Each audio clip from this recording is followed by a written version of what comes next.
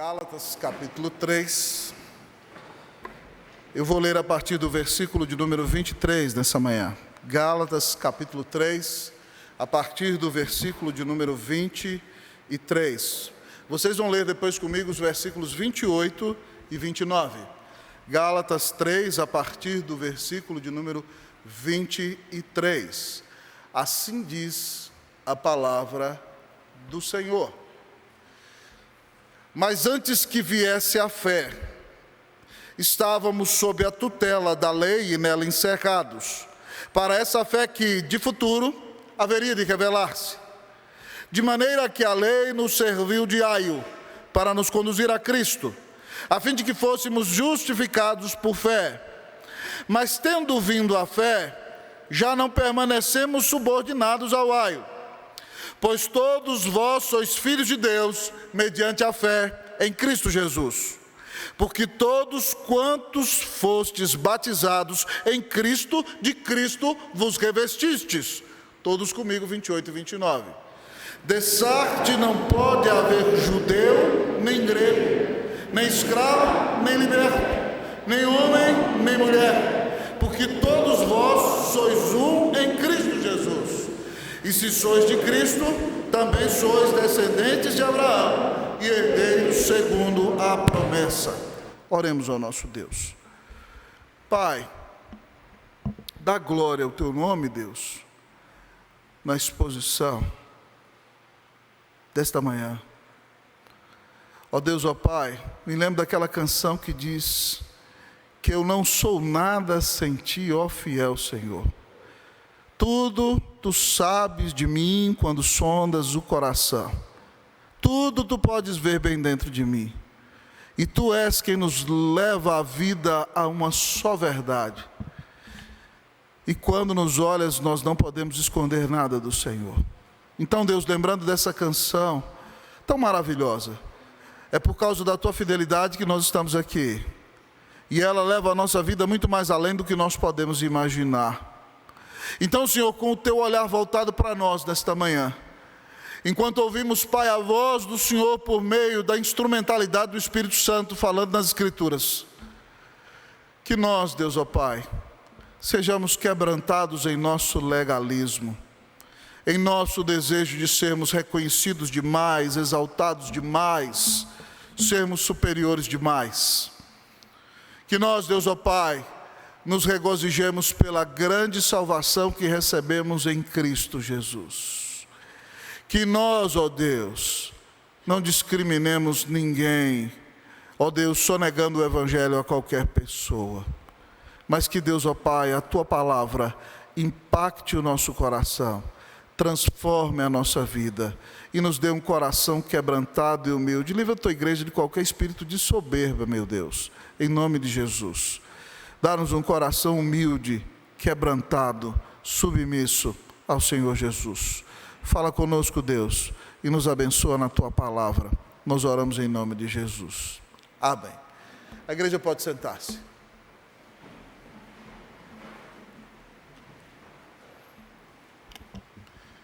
Queridos irmãos e irmãs, essas exposições de Gálatas nos têm levado aonde eu imaginei que nós chegaríamos. E alguém, alguns dias atrás, me perguntou: pastor, o senhor está expondo Gálatas, e o senhor tem dito todos os dias que a promessa da salvação pela fé supera a lei. Então, pastor, qual é o lugar da lei no meio da igreja? Qual é o lugar da lei? Qual a importância que a lei tem para nós? Se você estudar bem a nossa confissão de fé da Igreja Presbiteriana do Brasil, ela vai dizer que há 3 usos da lei. A lei do Antigo Testamento, nós conhecemos nela a lei cerimonial, que era a lei de culto dos israelitas, todos aqueles sacrifícios que eles faziam, com toda uma lei bem descrita e bem explicada. Essa lei não serve para nós, porque Cristo já cumpriu a lei cerimonial na cruz. Ele já pagou toda a nossa dívida e ninguém mais tem que fazer qualquer tipo de sacrifício, porque Ele pagou os nossos pecados na cruz. O primeiro uso da lei não serve para nós. O segundo uso da lei é a lei civil de Israel. E quem, por exemplo, desrespeitasse pai e mãe na lei civil de Israel tinha que ser apedrejado no meio do povo. Nós não somos cidadãos do Israel do Antigo Testamento. Nós somos brasileiros. E por meio da obra de Cristo Jesus na cruz, a lei civil de Israel, ainda que nos seja tremendamente instrutiva, não se aplica a nós. Pastor, então que lei se aplica a nós? A lei que se aplica a nós, amados irmãos e irmãs, é o terceiro uso da lei, que é a lei moral resumida nos 10 mandamentos.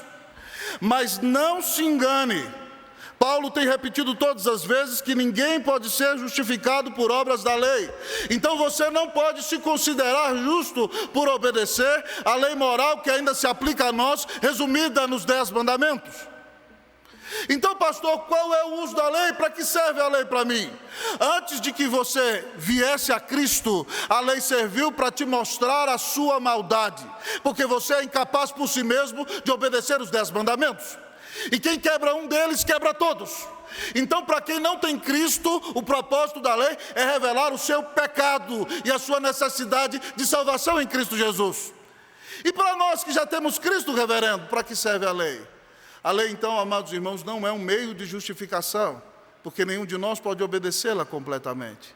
Mas agora, justificados pela fé, a lei, então, nos serve como um parâmetro, como um paradigma, para que amemos a nosso Deus sobre todas as coisas, para que amemos a nosso próximo como a nós mesmos, e para que vivamos para a glória de Deus. Nunca nos consideraremos bons por obedecer à lei.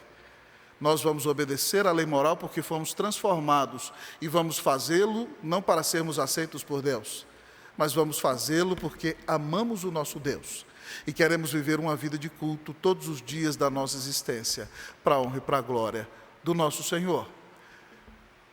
Ainda que você, então, obedeça à lei moral, como expressão de gratidão pela salvação que recebeu, nunca pense que você pode ser justificado por obras da lei. E Martinho Lutero dizia que o fundamento principal da igreja, a doutrina que sustenta a igreja, sobre a qual a igreja pode ficar de pé ou cair, é a doutrina da justificação pela graça mediante a fé. Essa é a doutrina principal por meio da qual nós podemos nos relacionar com Deus que nos amou e deu seu Filho na cruz para pagar os nossos pecados. É por isso então que Paulo, neste texto que ora lemos, continua nos apresentando a primazia da fé. Pastor, qual é o tema do sermão nesta manhã? A primazia da fé. E a resposta que o texto vai nos responder é a seguinte: pastor, por que a fé é melhor do que a lei? É isso que Paulo está dizendo. Por que a fé é melhor do que a lei? Em primeiro lugar, o apóstolo nos diz, porque a fé sucede à lei. Se você está anotando os pontos, chegou a hora.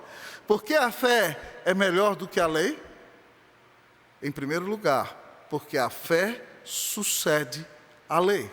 Vamos ler, irmãos e irmãs, versículo de número 23 e 24. Versículos 23 e 24. Eu vou ler o 23, a igreja lerá o 24. Mas antes que viesse a fé, estávamos sob a tutela da lei, e nela encerrados, para essa fé que de futuro haveria de revelar-se. Vocês 24.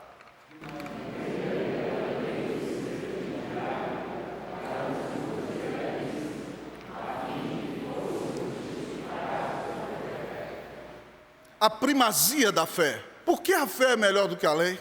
Em primeiro lugar, porque a fé sucede à lei.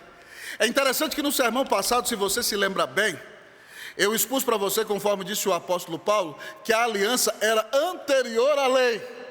Então Deus salvou Abraão pela fé antes da lei. Mas agora, então, como a lei se mostra um meio, um sistema incapaz de nos justificar, Paulo vai dizer que a fé não é só anterior à lei, mas a fé sucede à lei. E Paulo, porque é tão intelectual e tão profundo, lança mão de algumas figuras e ilustrações para que nós entendamos muitas vezes as suas mensagens um pouco difíceis de compreender. E ele diz a nós aqui, amados irmãos, usando duas ilustrações desse primeiro ponto, que a lei era para nós como um soldado, como um guarda militar. Esse verbo usado aqui no versículo 23 para estávamos, antes que viesse a fé, estávamos sob a tutela da lei. Ele traz a ideia de que a lei é como um guarda armado, que fazia a nossa escolta. Mas não somente isso, diz o texto, mas antes que viesse a fé, estávamos sob a tutela da lei e nela encerrados. O que significa isso? Que você estava trancado numa jaula e a lei era um guarda armado que trancafiava você e impedia você de conhecer a salvação pela fé em nosso Senhor Jesus Cristo. Essa figura que Paulo diz que isso aconteceu antes de que viesse a fé, para essa fé que de futuro haveria de revelar-se. Então, nessa primeira figura, Paulo nos mostra, então, amados irmãos, que a fé sucede à lei, porque a fé era um guarda que nos amarrava, que nos trancava e que nos atrapalhava de entender que nós só somos salvos pela graça mediante a fé. Mas ele usa outra ilustração para dizer que a lei era nosso aio. Essa palavra usada como aio em português é a palavra no grego paidagogos, de onde vem a nossa palavra pedagogia. E paidagogos vem da palavra paideia, que significa criança, e ago, que significa conduzir. Pedagogia significa a condução da criança. E quando Paulo diz aqui que a lei nos serviu de aio, nos serviu de pedagogo, na Grécia e na Roma antiga, havia alguns escravos de maior capacidade moral e de maior instrução, que eram escolhidos pelos seus senhores para serem tutores de seus filhos. Então eles tinham que ensinar a disciplina moral aos filhos daqueles senhores. E eles passavam quase que 24 horas com os filhos dos seus senhores. Os jovens de 6 a 16 anos eram entregues à tutela destes aios, ou destes pedagogos. E os jovens não podiam nem ir à rua sozinhos, sem a presença desses pedagogos. Então Paulo está dizendo que a lei foi o nosso tutor, foi o nosso pedagogo, diz aqui, de maneira que a lei nos serviu de aio para nos conduzir a Cristo. O que significa isso? A lei nos tutelou, nos mostrando a nossa incapacidade de salvação pela obediência à lei. É por isso que Paulo está confrontando os falsos mestres que atacaram as igrejas da Galácia. Porque eles estão dizendo que para ser salvo você tem que crer em Jesus, os homens circuncidar-se e obedecer à lei do Antigo Testamento. E Paulo está dizendo, peraí, pode parar, a lei foi só um tutor. A lei foi só um pedagogo. Ela nos vigiou para nos mostrar o nosso próprio pecado. Quando a lei apareceu, nós vimos que éramos incapazes de obedecê-la. Então ela só foi o tutor que nos preparou para nos mostrar a nossa maldade e para nos conduzir a Cristo. E aí ele termina dizendo, versículo 24, a fim de que fôssemos justificados pela fé. Você não pode ser justificado por obras da lei, meu irmão. Você não pode ser justificado pela sua própria capacidade. É somente pela fé na obra de Cristo Jesus que você é justificado. Você se lembra, quem estava aqui semana passada vai se lembrar, eu vou falar de maneira mais resumida, mas a cena que nós pintamos aqui do tribunal de Deus do sermão. E nós mostramos que nós somos réus culpados. E apareceu então o corpo da promotoria, que é composta pela nossa natureza pecaminosa, que é composta pelo mundo que testifica os nossos pecados, que é composta por Satanás e também pela lei que mostra a nossa maldade. E eles argumentam e provam que nós somos culpados e nós já estamos afundando na cadeira quando dizemos que estamos perdidos, até que se levanta o grande advogado. E ele diz que morreu na cruz para nos salvar. E diz ao Supremo Juiz que ele estabeleceu que todo aquele que se arrependesse e cresce receberia de graça a salvação pela fé, porque a justiça de Cristo seria considerada sobre ele.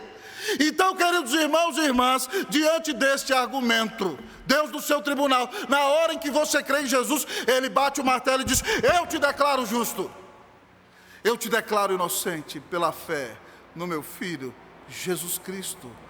A fé sucede à lei, porque nós só somos declarados justos no tribunal de Deus, porque cremos em alguém que foi perfeito, que obedeceu perfeitamente e pagou a nossa dívida na cruz do Calvário. Então, meu querido irmão, pare de ser um legalista. Pare de se achar melhor do que os outros. Pare de achar que a sua justiça tem que ser estabelecida e você é a pessoa mais superior e mais gloriosa que existe. Pare com isso. O seu legalismo não vale nada diante de Deus. Você não é justificado por obras da lei. Eu e você temos que nos humilhar. Quando alguém chegar para você dizendo, atacando você, você é pecador porque faz isso, faz isso, faz isso, fala assim, sou pior, você não conhece o meu coração. Mas Cristo me justificou, porque Ele deu a vida na cruz, para pagar os meus pecados. Que você abandone o modo de justiça própria, o modo do seu desempenho pessoal, isso te leva à soberba. Que você reconheça que você não pode fazer nada para ser aceito diante de Deus. E que você creia em Jesus, para ser declarado justo pela fé no tribunal do Senhor. E viver uma vida de paz, de alegria e de comunhão com o nosso Deus. Louvado seja Deus, porque nós somos justificados pela fé. Pastor, louvado seja Deus, porque a fé tem a primazia. Ao nos apresentar a primazia da fé, o apóstolo nos lança, de maneira por trás do texto, o questionamento: por que a fé é melhor do que a lei? Em primeiro lugar, porque a fé sucede à lei. Mas talvez você me pergunte nessa manhã: pastor, por que a fé é melhor do que a lei? Em segundo lugar, o texto diz: porque a fé supera a lei. Por que a fé é melhor do que a lei? Porque a fé supera a lei. Versículos 24, versículos 25 até o versículo 27. Eu vou ler o 25, a igreja, o 26 e o 27. Assim diz a palavra do Senhor. Mas tendo vindo a fé, já não permanecemos subordinados ao aio.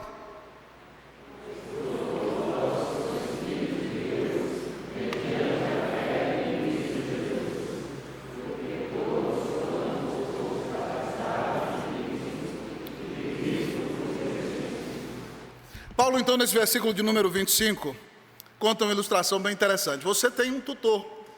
Suponhamos que você é de uma família mais nobre e tem uma governanta que cuida de você. E você tem que obedecer àquela governanta. Mas quando seu pai e a sua mãe chegam em casa no final do dia, a governanta não tem mais autoridade do que o seu pai, do que a sua mãe. Agora a governanta já não tem autoridade nenhuma. Por quê? Porque chegaram em casa o papai e a mamãe. É isso que Paulo está dizendo aqui no versículo 25. Tendo vindo a fé, não permanecemos subordinados ao aio. O nosso Rei Jesus chegou pela justificação pela fé. Agora então nós não temos submissão nenhuma mais à lei como meio de justificação. A fé supera a lei, esse é o argumento de Paulo. No versículo 26 ele diz: por quê? Pois todos vós sois filhos de Deus mediante a fé em Cristo Jesus. Então nós já chegamos à presença do nosso Pai, e nós fomos adotados como filhos de Deus no mesmo momento em que Ele nos justificou. Então, irmãos, pela fé nós não recebemos somente a bênção da justificação, mas nós recebemos a bênção da adoção. Você, na hora em que crê em Cristo Jesus, não só é declarado justo no tribunal de Deus, mas Deus, de papel passado, te adota como filho. É isso que Paulo está dizendo. Então, porque agora você creu, você chegou à presença do seu Pai. Você foi salvo pela fé no Evangelho de Cristo Jesus. A lei não tem como te justificar. O Evangelho é superior à lei. O seu Senhor é superior à lei, porque Ele deu a vida na cruz para pagar os teus pecados. Esse é o argumento do apóstolo Paulo. A fé supera a lei, porque quando nós já recebemos de graça a justificação pela fé, nós não precisamos querer obedecer à lei para ter um desempenho diante dos homens ou para sermos salvos, porque Cristo já nos salvou com sua obra na cruz do Calvário, e Deus nos adotou no cartório de papel passado, no cartório celestial. Nós somos filhos de Deus. Louvado seja o nome do Senhor. E aí então Paulo, no seu argumento, disse que, porque todos quanto fostes batizados em Cristo Jesus, de Cristo vos revestistes. A fé é superior à lei, porque não só nós chegamos à presença do nosso Pai, já fomos redimidos pela fé em Cristo Jesus, mas também porque nós somos batizados em Cristo Jesus. Paulo diz aqui, olha, porque todos quanto fostes batizados em Cristo Jesus, de Cristo vos revestistes. O que Paulo está dizendo aqui? Na hora, meu querido irmão, você está morto em seus delitos e pecados. Vamos tentar pintar aqui como é o quadro da salvação. Você está morto, você não tem capacidade de crer. Todo mundo grita para você se arrepender, você crê, você não tem capacidade. Mas um determinado dia, o pregador abre o Evangelho e Deus determinou salvar você. Então o Espírito vem e faz... sopra nova vida no seu coração, você ressuscita na alma, é regenerado naquele momento, você abre os olhos, você vê Jesus, você recebe a fé como dom, você crê. Nesse momento em que você crê, Deus bate o martelo, te declara justo pela fé, te adota de papel passado, e Ele vem e te sela com o Espírito Santo, Ele te batiza com o Espírito Santo. Nesse momento então, você foi batizado pelo Espírito, é selado pelo Espírito, está em aliança com Deus. Que bênção maravilhosa, o Evangelho é espetacular demais. E é por isso então que depois que você passa pela classe de novos membros, e o conselho atesta a sua fé, você vem aqui adiante e é batizado em nome do Pai, do Filho e do Espírito Santo. Isso significa que você é selado por Deus. Você recebeu o selo de que está em aliança com Deus. Você é selado, você pertence ao Senhor. Por causa da fé, você já foi selado, você tem a garantia que é o Espírito Santo, e diante dos olhos de todos, você já assumiu o compromisso de que é selado. Foi selado com o batismo diante dos olhos de todos. E é um sinal de que você pertence a Cristo Jesus e é de Cristo Jesus. Nós, às vezes, irmãos, não temos dimensão do valor da nossa identidade cristã. Mas certa vez Martinho Lutero, ele era um homem de muita espiritualidade e de muita sensibilidade. Então, em alguns determinados momentos da sua vida, ele conta que percebia uma luta espiritual com o diabo. Naquela noite antes da dieta de Worms, em que ele pediu uma noite para pensar, ele ficou em grande oração, dizendo que teve uma grande luta contra o diabo. No castelo de Waterburgo, quando ele estava traduzindo o Novo Testamento, em um determinado dia, ele disse que o diabo estava atormentando, e ele jogou o tinteiro para ver se pegava no diabo, e ficou a marca do tinteiro. Mas Lutero diz que um dia ele estava sendo atormentado por Satanás, e ele falou assim: sai para lá, Satanás, eu sou batizado. Se você foi batizado em nome do Pai, do Filho e do Espírito Santo, você é de Jesus. Você pertence ao Senhor. Eu sou batizado, é isso que Lutero disse. Foi batizado pelo Espírito na conversão. Foi batizado publicamente, ele pertence a Jesus. A fé supera a lei, porque por meio dela nós fomos selados e pertencemos ao nosso grande Salvador, Cristo Jesus. E é por isso que Paulo diz aqui: porque todos quanto foste batizados em Cristo, de Cristo vos revestiste. E essa é outra metáfora que o apóstolo Paulo usa de maneira brilhante. Ele diz que na hora em que você foi batizado, então você se vestiu de Cristo. Você se vestiu de Cristo. Você já parou para pensar o que é isso? Se vestir de Cristo significa pelo menos 4 coisas. Primeira delas, a vestimenta indica a nossa identidade. No mundo antigo, ou até hoje, se você anda pela rua, pela veste de um mendigo, você identifica um mendigo. Tem gente que não gosta, a roupa não tem que identificar nada, mas, irmãos, não é assim. A vida não é assim, caia na real. Quando você chega num palácio, um rei não está vestido como mendigo. E no mundo antigo, mais ainda, os reis tinham uma veste pomposa que identificavam que eles eram reis e príncipes. Então, roupas, às vezes, neste mundo, identificam a nossa identidade. Quem nós somos, a que classe pertencemos. Então, quando o texto diz que você se vestiu de Cristo, significa que você é filho de Deus. Isso fala de uma nova identidade. Você pertence à família de Deus. Roupas, às vezes, demonstram identidade. Mas o segundo significado de vestir-se de Cristo, ou seja, significa que você pertence à família de Deus, está vestido pelo próprio Deus. Roupas estão muito próximas à nossa pele. Essa camisa, por exemplo, é uma das que eu mais gosto. Minha mulher comprou no shopping, numa loja que eu gosto. Não é porque eu sou justificado pela fé ou que eu sou pastor, que eu tenho que ser um mulambo. Tem gente que acha, meu irmão, que porque a gente é pastor, a gente tem que andar com o pior carro, morar na pior casa, com a roupa mais rasgada que existe. Que falta de inteligência, pelo amor de Deus. Não precisa ser assim. Se fosse assim no céu, então você ia ser como um mendigo. E a Bíblia não diz que nenhum de nós vai estar vestido como mendigo no céu. E eu gosto dessa camisa, não só por causa da loja em que minha mulher comprou. Eu sinto bem com a camisa na pele. Vestir-se de Cristo, a camisa está próxima da pele. Significa que eu estou próximo de Jesus. Significa que eu tenho intimidade com Ele. Como a minha roupa está colada na minha pele, eu estou, porque fui salvo pela graça, colado em Cristo Jesus. Eu tenho intimidade, eu tenho proximidade com Ele. Mas o que mais significa vestir-se de Jesus?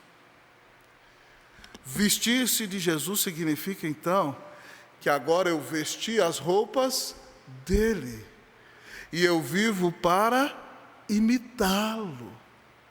Vestir-me de Cristo significa que agora, depois que fui salvo pela graça mediante a fé, o meu paradigma de vida é Jesus. Eu estou vestido de Cristo. Então eu tenho que andar como Ele andou. Eu tenho que obedecê-lo e tenho que procurar ser como Ele é. As pessoas têm que olhar para mim e ver Jesus na minha vida. Houve um grande pregador indiano, do início do século XX, Sadhu Sundar Singh, que foi conhecido como o homem que se parecia com Jesus. Não tenho tempo de contar toda a história dele aqui. Mas ele veio no Ocidente, ele se vestia como um mestre religioso hindu, mas foi tremendamente usado por Deus. E chegou numa casa de uma família nobre em Londres, todos cheios de pompa na mesa, de repente, todos naquela conversa que não o interessava, ele saiu da sala de jantar e foi para o chão na sala de estar brincar com as crianças. Depois que Sundar Singh foi embora, as crianças perguntaram para a mãe delas: mamãe, por que Jesus foi embora? Ele estava aqui na sala e foi tão bom brincar com ele. O homem se parecia tanto com Jesus, Henrique, que o confundiram com Jesus. Você está vestido de Cristo? As pessoas veem Cristo em você? Pastor, mas o que mais significa vestir-me de Cristo? Então significa que eu pertenço à família de Cristo. Significa que eu estou pertinho de Jesus. Significa que eu vivo para imitá-lo. Mas o que mais significa vestir-se de Cristo? Significa que eu me vesti com as roupas da sua justiça. Eu estou justificado. Então nós estamos no centro de São Paulo, onde infelizmente a mendicância é uma realidade que fere a nossa alma e está diante dos nossos olhos. E nós não somos melhor do que quaisquer destes mendigos que estão na rua. Nós só não estamos lá porque Cristo nos tem livrado. Então o que significa, pastor, em quarto lugar? É como se nós fôssemos e somos aqueles mendigos que estão na rua. Mas não só mendigos, nós somos mendigos e criminosos porque temos roubado. E chegamos à porta do palácio do rei, sujos e maltrapilhos, com a polícia correndo atrás de nós porque nós roubamos. E de repente o rei olha para nós, se compadece de nós, e ele tira a sua roupa e veste a nossa roupa da nossa mendicância e da nossa sujeira. e tira a sua roupa de rei e nos dá um banho, e nos leva para o palácio, e nos trata como filhos de Deus. Revestir-se de Cristo significa que a justiça de Cristo é que nos cobre, e que nenhuma condenação é para nós diante do tribunal de Deus, porque Cristo fez de nós filhos do Rei, filhos de Deus, ainda que nós não merecêssemos. Você está vestido de Cristo Jesus. Pastor, então o que significa isso para mim? Pare de querer então dizer, eu vou viver nesse mundo para me realizar, eu vou me considerar superior que os outros, eu tenho que me afirmar, mostrar a minha identidade, senão eu vou ficar inseguro. Pare com isso. A sua identidade já está determinada. Você é filho de Deus, você é amado, você é eleito, você foi declarado justo pela fé no tribunal de Deus, você foi lavado no sangue de Cristo. Ninguém tira você das mãos de Jesus. Você vestiu as roupas do Rei. Pare de se sentir pobrezinho, pare de viver como um coitadinho, pare de querer vivendo provar quem você é. Você é o que é por causa do que Cristo fez, e o coração de Deus nunca muda para contigo. Que outra implicação tem para mim, pastor? Significa que se eu vestir a roupa de Jesus, então eu tenho que estar pertinho dele, eu tenho que ser um crente de oração, eu tenho que ler a Bíblia todos os dias, eu tenho que cantar cânticos, eu tenho que me encher do Espírito Santo, porque Jesus disse, sem mim nada podeis fazer. Eu tenho que ter um relacionamento íntimo e pessoal com o meu Rei, porque para ter poder para viver a vida cristã, para abençoar a outros, eu preciso ser cheio do Espírito de Jesus. Busque o Senhor, tenha uma séria vida de oração, seja alguém que tenha um relacionamento vivo e pessoal com o Senhor, deixe de ser um mero religioso e busque conhecer a Deus pessoalmente. Significa, pastor, que outra implicação? Que eu e você temos que pedir graça para o Senhor, porque nós somos falhos, irmãos, mas para não escandalizarmos outros e vivermos uma vida piedosa, para que o nosso viver abra portas, para que pessoas nos perguntem sobre nossa fé, para que nós anunciemos o Evangelho a estas pessoas, que nós vivamos vida digna, para a honra e para a glória do nome de Jesus. E outra implicação é que ninguém muda a minha situação diante de Deus. Eu fui justificado no tribunal de Deus, então eu posso viver agradecido. A carga já caiu do ombro, eu posso viver livre, leve e solto, eu sou perdoado, ninguém me tira das mãos do Senhor. Eu e você temos que ser pessoas tremendamente agradecidas, para a honra e para a glória do nome de Jesus. Que bênçãos maravilhosas Deus tem para nós no seu Evangelho. Que bênçãos maravilhosas Deus tem para nós na sua palavra. Tudo isso transforma a sua vida quando você aprende a primazia da fé. Mas talvez nesta manhã você ainda me pergunte, pastor, por que a fé? Como diz meu amigo, né, que eu falei que falava reverêndio. Vamos lá, reverêndio. Porque a fé é superior à lei. Porque a fé sucede à lei. Porque a fé supera a lei. Mas porque a fé supera as barreiras. Por que a fé é melhor do que a lei? Porque a fé supera as barreiras. Terceiro argumento do texto, espero que você tenha anotado. Vamos ler versículos 28 e 29. Eu lerei o 28, a igreja o 29. Dessarte não pode haver judeu, nem grego, nem escravo, nem liberto, nem homem, nem mulher, porque todos vós sois um em Cristo Jesus. Vocês o 29.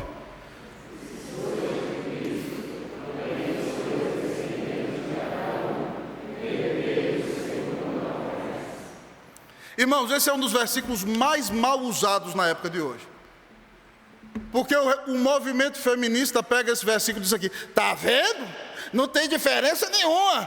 Tem que ter presbítera, tem que ter pastora, tem que ter bispo, tem que ter apóstola. Só que a Bíblia se interpreta no seu contexto, e o texto não está falando disso. Difícil, né? Brincadeira, viu? A pessoa pega a Bíblia e sai abusando da palavra de Deus assim, querendo fazer ela dizer o que ela não disse. Só a graça de Deus, viu? O que o texto está dizendo? Que não tem distinção no que diz respeito à justificação pela fé. O texto está falando de salvação. O texto não acaba com as diferenças abençoadas que Deus criou entre homens e mulheres. Eu nunca vou ser mãe, gente. É loucura dizer que eu vou ser mãe, é falta de inteligência. Eu sou pai. Minha mulher nunca é pai, ela é mãe. O pai sou eu. Não é porque a gente veio a Cristo que distinções acabaram. Dentro da família, nós temos todos o mesmo valor, mas temos funções diferentes estabelecidas por Deus na sua palavra. Na igreja, homens não valem mais do que mulheres. Pelo contrário, é claro que a Bíblia diz que o nosso valor foi igual, mas se eu fosse dizer, olha para você ver quantas pessoas tem aqui. Na igreja tem muito mais mulher do que homem. Todos nós temos o mesmo valor, mas Deus constituiu na palavra dele que a liderança da igreja é masculina. É assim, é bíblico. Se você não concorda, rasga a Bíblia e sai da igreja. Porque na igreja nós nos guiamos pela palavra de Deus. É assim que funciona. Se você achar ruim, conversa com o Senhor lá no céu. Eu não tenho nada a ver com isso, minha mensagem é minha obrigação é obedecer. As irmãs têm seu lugar, elas são tremendamente importantes. Elas podem exercer os seus dons na igreja, nós acreditamos, isso é neotestamentário. Mas com respeito ao presbiterato, a ordenação, a Bíblia diz que é para homens. É bíblico. Enquanto eu for presbiteriano, espero ser até a glória, eu vou obedecer às Sagradas Escrituras. É assim que funciona. Mas pastor, já que o senhor estabeleceu então que homem continua sendo homem, mulher continua sendo mulher, que barreira a fé rompe? É a barreira seguinte: primeiro, a barreira étnica. Dessarte que não pode haver nem judeu nem grego. Ou seja, o evangelho salva judeus e salva gregos. O evangelho salva africanos e salva japoneses. O evangelho salva árabes e salva franceses. Os evangelhos salvam os americanos. Temos aqui nossos amados irmãos haitianos. Deus salva os brasileiros e até os... Desculpa, gente, eu sou pecador. Los hermanos argentinos, né? Deus salva gente de toda raça, de cada tribo, de cada língua, de cada nação. Não há judeu nem grego. Todos nós somos um em Cristo Jesus. E aí o texto diz aqui: não há escravo nem liberto. Eu acho essa uma das coisas mais maravilhosas que existem. Porque na igreja você tem gente de distintas classes sociais. E no mundo talvez alguém tenha uma tremenda autoridade, grandemente respeitado, e um outro não é valorizado. Mas chega na igreja, os dois são irmãos com o mesmo valor. E talvez aquele irmão mais humilde é um oficial. E aquele que é poderoso no mundo tem que respeitar a liderança espiritual do seu irmão. É assim que funciona. Porque na igreja não há diferenças sociais. Nós todos somos salvos. Cristo não salvou mais um do que outro. Ele salva os escravos e ele salva os livres. E aí o evangelho rompe também a barreira sexual.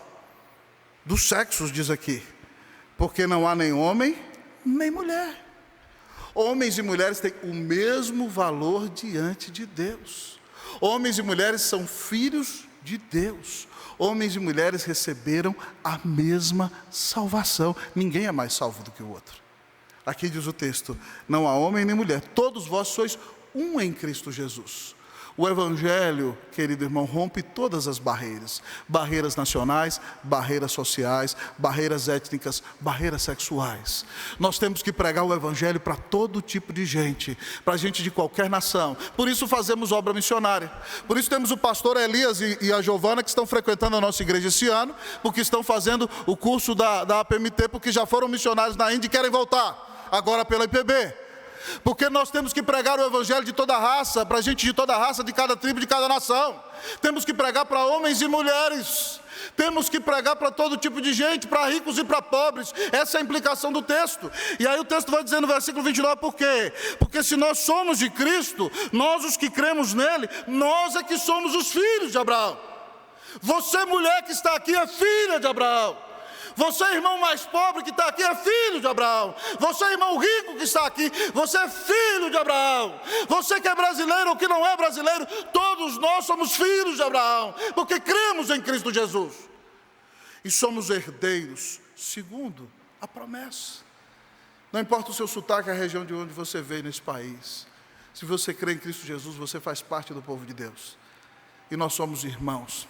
A fé supera todo tipo de barreiras. Irmãos, eu me lembro no ano 2009, eu era pastor lá na igreja presbiteriana do Guará 2 em Brasília. E chegaram dois rapazes, que andavam com um jeitinho meio assim, pagodeiros, dois pagodeiros assim, de pagode mesmo da marca maior, jogadores de futebol. Um deles fazia educação física na Universidade Católica de Brasília e jogava no time da universidade e tinha bolsa na universidade porque era um excelente meio de campo. Às vezes, quando eu jogava com os meninos da igreja, eu até fazia para ele, é pecado fazer isso com o pastor. Mas a gente estava jogando e eu ia seco na bola e ele jogava a bola debaixo da minha perna e eu ficava assim, é pecado fazer isso contra o pastor, rapaz, Mas aquele moço foi chegando. E ambos ouviram o evangelho. E o Senhor nos usou para ganhá-los para Cristo ali, eles foram convertidos. Mas um deles logo se desviou, ficou com vergonha do evangelho, não quis deixar a farra e o pagode. Mas um deles perseverou. E nós o batizamos, ele professou a fé. E ele então começou a ser discipulado através da minha pessoa, através do reverendo Jefferson, que era meu auxiliar, hoje está estudando Westminster, lá na Califórnia, através do pastor Camargo, que estava conosco. E aquele moço começou a ir para as viagens missionárias. E aquele moço começou a se empolgar, disse, eu quero ser missionário. E nós mandamos o moço para o IBEL. E depois de fazer um ano no IBEL, nós trouxemos o moço para o seminário. Casou com uma jovem preciosa da igreja, que é uma médica muito abençoada. E Deus foi confirmando a vocação daquele moço. E ele, amados irmãos, neste fim de ano, foi ordenado um pastor presbiteriano. O moço que entrou na igreja era um pagodeiro. Talvez foi para a igreja para ver o que tinha, as moças bonitas que tinham lá, e o Senhor o apanhou, o discipulou, o preparou durante anos, e hoje é um pastor piedoso, bom teólogo, santo homem de Deus, que vive para a glória de Cristo Jesus. Pastor, o que o senhor quer ilustrar com isso? Que nós não podemos discriminar ninguém. Nós temos que pregar o evangelho para todos os que estão diante de nós. Você não sabe quem Deus vai converter. Você tem que pregar para a lésbica. Você tem que pregar, inclusive, para o homem de conduta homossexual, para a mulher de conduta lésbica, porque Deus o fez homem, na essência ele é homem. Não existe gene homossexual. Cromossomo é X ou Y. A pessoa adotou aquela postura, resolveu viver assim. Você tem que pregar para essa pessoa. Ela não é na essência, ela vive com uma conduta. Pregue o evangelho para ela. Ela precisa de Jesus. Pregue para a prostituta. Mas pregue para o seu chefe lá, que só anda engravatado, com os melhores ternos do mundo, os melhores sapatos. Ele também precisa de Jesus, e se ele não crê em Jesus, ele vai para o inferno. Se você conhece um deputado, um governador, pregue o evangelho para ele. Pregue para o presidente da república, se possível, mas pregue para os mendigos na rua. Eu e você não podemos discriminar ninguém, porque nós não sabemos quem Deus vai converter. Meu professor, que já está na glória, reverendo Canelis, pregou seu último sermão fora de sua igreja, nesse púlpito, pouco antes da pandemia. Ele dizia o seguinte para nós do seminário: nós não somos do departamento de admissão, nós somos do departamento de divulgação. Portanto, nós temos que pregar a todo mundo. Quem decide quem vai converter é o Espírito Santo. Não sou eu, nem é você. Então pregue o evangelho para todas as pessoas. Pastor, tudo bem, nós aprendemos então a primazia da fé, que a fé sucede à lei, a fé supera a lei, a fé supera as barreiras. Quais são as implicações práticas desta mensagem para a minha vida? Eu separei 3 só. Primeira coisa, abandone o modus operandi de justiça própria. Pare de se achar bom. Pare de viver com base em comparação. O parâmetro de julgamento não são as outras pessoas. Pare de olhar, não, aquele ali é pior do que eu, estou bem na fita. Para com isso. O parâmetro de comparação é Deus. Então pare de achar que você é bonzinho só porque você é mais cheirosinho ou porque você é melhorzinho. Você não tem justiça própria nenhuma. Se Deus fosse me tratar e tratar você como nós merecemos, Ele nos jogaria no inferno. Então pare de achar que você é aceito diante de Deus por causa do que você faz, por causa da sua ética, que você é muito respeitável. Pare com isso. Abandone esse desejo de se justificar a si mesmo diante dos outros. Entenda que você só é justificado porque Cristo morreu na cruz por você. A sua justiça própria não vale nada, nada. Você só se torna justo porque creu em Cristo Jesus. Você é declarado justo e depois vai sendo tornado justo no processo de santificação. Primeira implicação, abandone o legalismo, abandone a justiça própria. Viva uma vida de humildade na presença do Senhor. Segunda implicação prática para mim e para você. Meus irmãos, vocês já pararam para pensar no tamanho do perdão que nós recebemos? Sejamos mais agradecidos. Vivamos mais alegres. Exultemos no Deus que nos amou e deu seu único filho para morrer numa cruz e pagar os nossos pecados. Você é amado, você é eleito. Ninguém tira você das mãos do Senhor. Agradeça a Deus, bendiga Jesus e diga: Senhor, muito obrigado porque o Senhor me ama e o Senhor não desiste de mim. O Senhor deu teu único filho para morrer na cruz para me salvar. Terceira e última implicação: se levante para pregar o Evangelho para todo tipo de gente, em todo lugar, em todo tempo, porque Deus escolheu salvar os seus eleitos por meio da pregação do Evangelho de Cristo Jesus. E Deus escolheu usar você, lá na sua casa, lá no seu Facebook, lá no seu Instagram, ou indo para outro país, ou nesse bairro. Eu e você temos que pregar o Evangelho em todo o tempo, porque não há barreiras que impeçam aqueles que Deus escolheu de crer em Cristo Jesus. Que Deus nos levante para sermos uma igreja evangelizadora, que prega o Evangelho para todo tipo de gente. Eu estou orando: Senhor, nos faça crescer por membros que o Senhor manda de transferência, sim, mas também salva almas aqui. E Deus vai fazer isso quando você abrir a sua boca e começar a pregar o Evangelho e ser um instrumento para que pessoas venham a Cristo Jesus. Que Deus tenha misericórdia de nós, que nós sejamos mais humildes, que nós sejamos mais gratos, que, entendendo o tamanho da salvação que recebemos, consagremos nossa vida e louvemos a Deus, porque o Senhor nos deu a bênção de sermos justificados pela fé. Que Deus nos abençoe, em nome de Jesus. Amém.